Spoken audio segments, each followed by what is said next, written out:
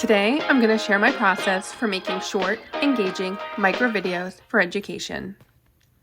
Video length is important. We want to convey the information in as little time as possible in the most effective way. Aim for 3 minutes or less. Remember, not everything needs to be covered in this video. Adding a 30-minute video lecture to an online course is not a best practice. Before making a video, plan what will be covered in the video. Go back to the basics of writing an outline. Once you have outlined the video, you'll want to draft yourself a transcript. Writing your transcript is going to save you a ton of time. Since automatic captions are never 98% accurate to meet accessibility requirements, planning what you want to say is more efficient than editing video footage and a script later in the content creation process.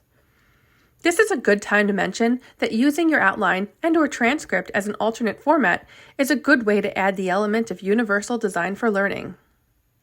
Next, you should pre-record your audio. You can do this with a professional mic or even your cell phone, whatever works for you. Recording your audio first saves a ton of time because you will know exactly how long it is and you can redo it without needing to edit video footage alongside of it. Now that you have your outline and your transcript for captions and your pre-recorded audio file, you can throw this bad boy into a podcast to give it a second alternate format. Yay, go UDL! And/or you can continue on the video portion of this project.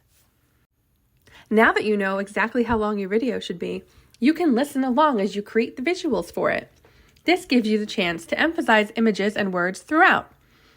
I think it is important to remember that the tools you use don't matter as much as the planning process. You can create videos in Adobe, in PowerPoint with screencasting, Canva templates and stock videos, whatever you find easiest to work with.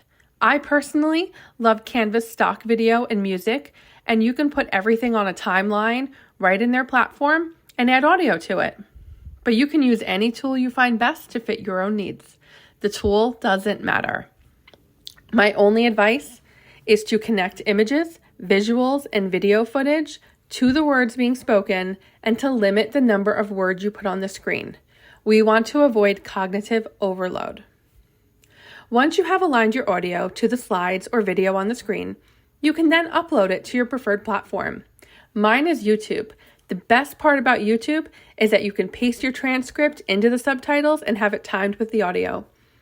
YouTube is also compatible with so many platforms to make your video interactive, such as H5P, Storyline, and so on.